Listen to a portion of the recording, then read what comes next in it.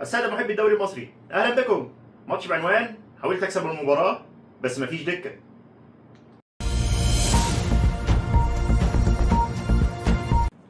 الزمالك بيخسر نقطتين في صراع الدوري أمام الجونة المتواضع بالتعادل 1-1.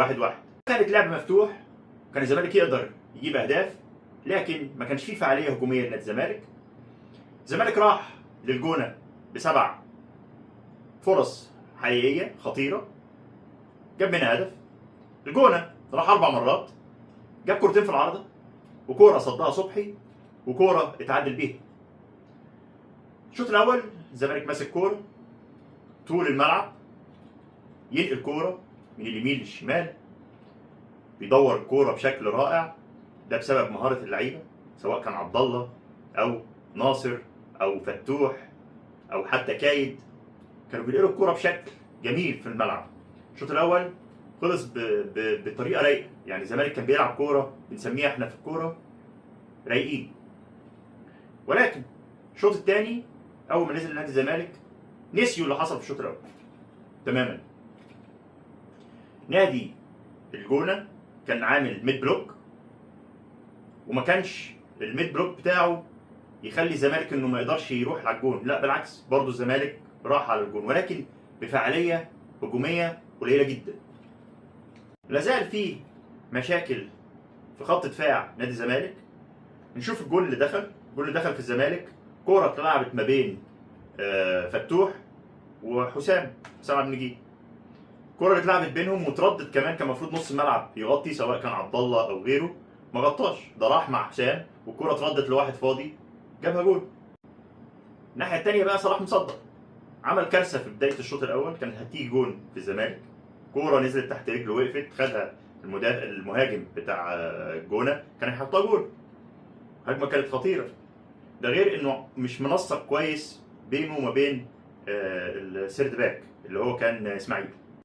قلنا قبل كده ان مستوى اللعيبه الاساسيه اللي بتلعب اقوى بكتير من لعيبه الاحتياط. اي لعيب عندك بيتصاب او بيتوقف بتواجه مشكله.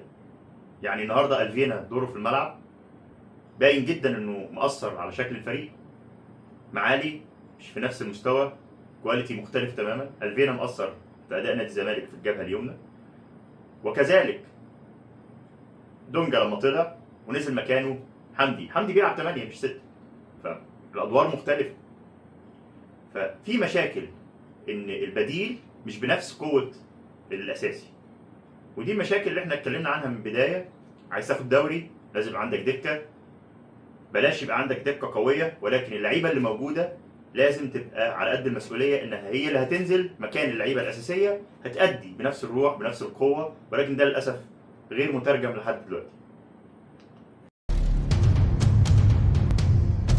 سؤالي للدباغ، انت ليه بتنزل لنص الملعب كتير؟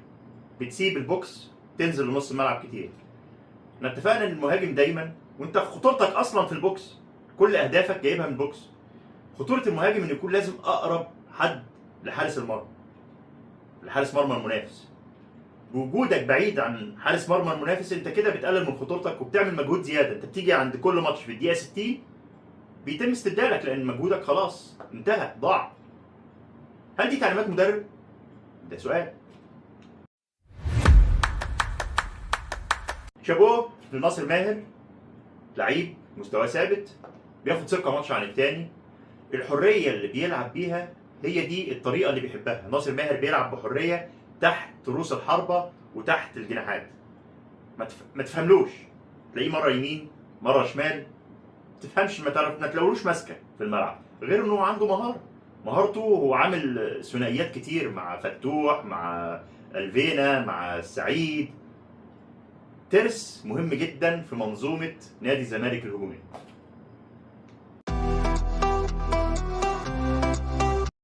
كرة اتلعبت في المساحة الفاضية ما بين فتوح وحسام عبد المجيد. شوف تحرك المهاجم، المفروض المساحة دي كان يغطيها ورا عبد الله السعيد، راحت طبعا نتيجة إن هو وحسام ضغطوا على المهاجم في المساحة الفاضية جول.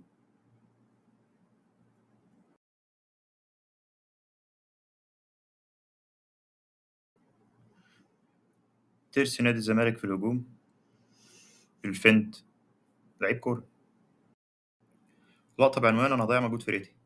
صلاح مصدّق بيغلط في وقت غلط جدًا في مكان غلط، ياخدها المهاجم شوطة في العارضة، كانت هتبقى جون.